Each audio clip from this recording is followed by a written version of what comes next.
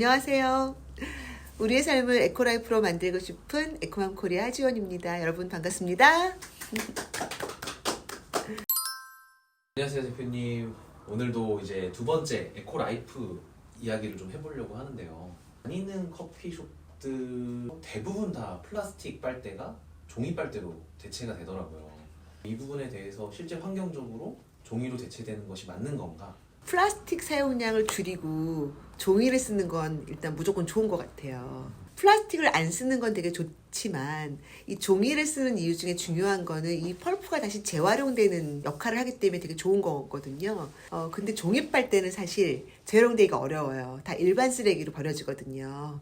그래서 저는 사실 빨대를 그래서 안 먹어요. 빨대 없이 그냥 마시거든요. 그러니까 플라스틱보다는 종이가 좋고 종이보다는 아예 안 쓰는 게 더 좋다. 종이로 대체해서 만드는 기업들이 어떻게 좀 일을 하는지. 종이가 플라스틱보다 더 환경적이다라는 이유 때문에 우리가 약간 좀 착각하는 거는 종이를 쓰면 환경이야 이런 게 좀 있어요. 우리 회사는 종이를 써요. 친환경 회사. 우리 브랜드는 친환경 브랜드 이런 게 있잖아요. 우리는 다 종이만 쓸 거예요 라고 그걸 막 캠페인하고 홍보를 하기도 해요. 그럼 굉장히 바람직하고 어려운 도전이에요. 일단 거기에 대해서 굉장히 크게 칭찬을 드립니다. 그런데 우리가 여기에서 조금 더 한 걸음 더 나아가서 봐야 될 건 뭐냐면 이 종이가 재활용이 되는지 똑같은 쓰레기가 된다면은 종이를 사용하는데 드는 그 많은 에너지와 물이나 이러한 것들을 감당하기가 아깝거든요. 그렇게 들여서 했는데 그냥 바로 쓰레기가 돼. 예를 들면은 종이 테이프 같은 경우가 그런 경우죠. 종이인 줄 알고 썼는데 대부분 재활용이 안 돼요. 끈적끈적한 본드 같은 게 묻어 있는데 재활용이 안 되기 때문에 그거를 종이 박스에 붙인 채로 버리면 박스조차도 재활용이 안 될 수가 있어요. 그래서 떼어서 버려야 되거든요. 그러니까 그런 경우는 종이인 것처럼 보이지만 사실은 플라스틱이나 다르지 않은 거죠. 바로 그냥 쓰레기가 되기 때문에 그런 경우는 별로 바람직한 경우는 아닌 것 같고요. 종이를 쓰지만 조금 쓰는 게 좋잖아요.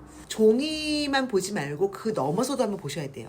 예를 들면 내가 물건을 주문을 했어요. 근데 그 물건이 한 상자에 담길 수 있는 물건이에요. 그런데 요즘 물건을 까면 그 안에 또 작은 상자가 있고 까면은 그 안에 또 뭐가 포장되어 있고 이런 경우가 되게 많잖아요. 한 상자에 포장되어 올 수 있는 양이 두 상자에 포장이 돼서 와요. 그런 경우가 굉장히 많죠. 두 상자가 된다면 부피가 2배가 되니까 트럭이 2배가 되겠죠. 트럭이 2배가 되면 그 트럭에 들 기름도 2배를 써야 되겠죠. 그리고 포장하고 이동시키는 인력도 2배가 들겠죠. 그리고 쓰레기도 2배가 나오겠죠. 그리고 그 모든 자원을 사용량도 2배가 되겠죠. 종이를 쓴 건 칭찬하지만 양을 늘린다면 종이 외에도 그 트럭의 운송, 쓰는 기름, 나오는 온실가스, 또 쓰레기, 노동력 이런 게 다 늘어나기 때문에 ESG 측면에서 전체적으로 본다면 별로 좋지 않다 판단할 수 있거든요. 제품의 생애주기라는 말을 많이 써요. 제품이 탄생할 때 자원을 얼마나 쓰는지, 그게 이동할 때 좀 멀리서 오는 거와 가까워서 오는 게 있을 거고,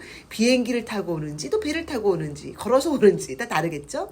그리고 내가 사용하는 과정에서 얼마나 또 에너지를 쓰는지, 그걸 또 어떻게 폐기를 해서 폐기되는 과정에서도 에너지를 얼마나 조금 쓰고 환경에 영향을 적게 미치는지에 대한 전 과정을 보는 것이 굉장히 중요해요. 이러한 눈을 가지면 좀 더 지속 가능한 세상에 살아가야 될 우리 기후변화를 막을 수 있는 굉장히 좋은 여러분들이 역할을 하실 수가 있어요. 그럼 제지회사들은 그냥 일반적인 나무들을 막 베고. 제가 알기로 이런 종이를 만들 때는 벌목을 해야 되는 나무들 중심으로 종이를 만드는 걸로 알고 있어요. 그런 종이들이 많이 활용되고 있고 마크도 붙이고 있고 막 그러잖아요. 종이는 그런 과정에서는 또 바람직한 방향으로 가고 있지 않을까 생각이 들어요. 아직 우리나라는 펄프를 많이 만들지 못하고 있거든요. 또 수입이 많아요. 수입이 많으면 배에다 싣고 오든지 하는 과정에서도 에너지가 들 건데, 그래서 이왕 쓴 펄프, 이왕 쓴 그 종이를 다시 재활용하는 게 굉장히 중요해요. 종이 박스를 버릴 때 테이프 같은 걸 다 떼내고 버리는 게 되게 중요해요. 이런 걸 일일이 떼어내는 인건비가 비싸기 때문에 우리가 안 떼서 그냥 버리면 그냥 쓰레기로 처리가 돼요.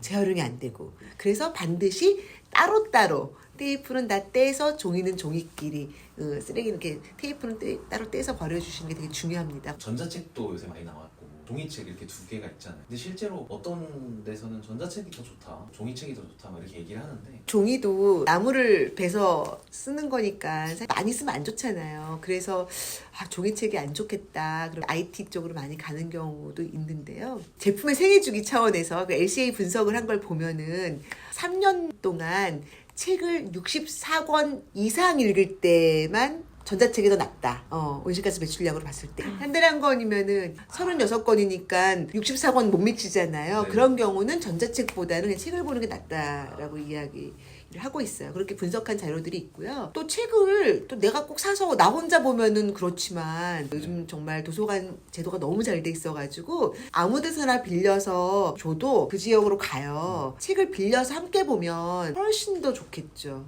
네. 그 최근에 기업들이 재활용해야 될 종이들, 재사용이나 재활용하는 어떤 예시들을 많이 보여주고 있는데 어떤 모습으로 계속 자리를 잡아야 될지 또 의견을 좀 주실 수 있나요?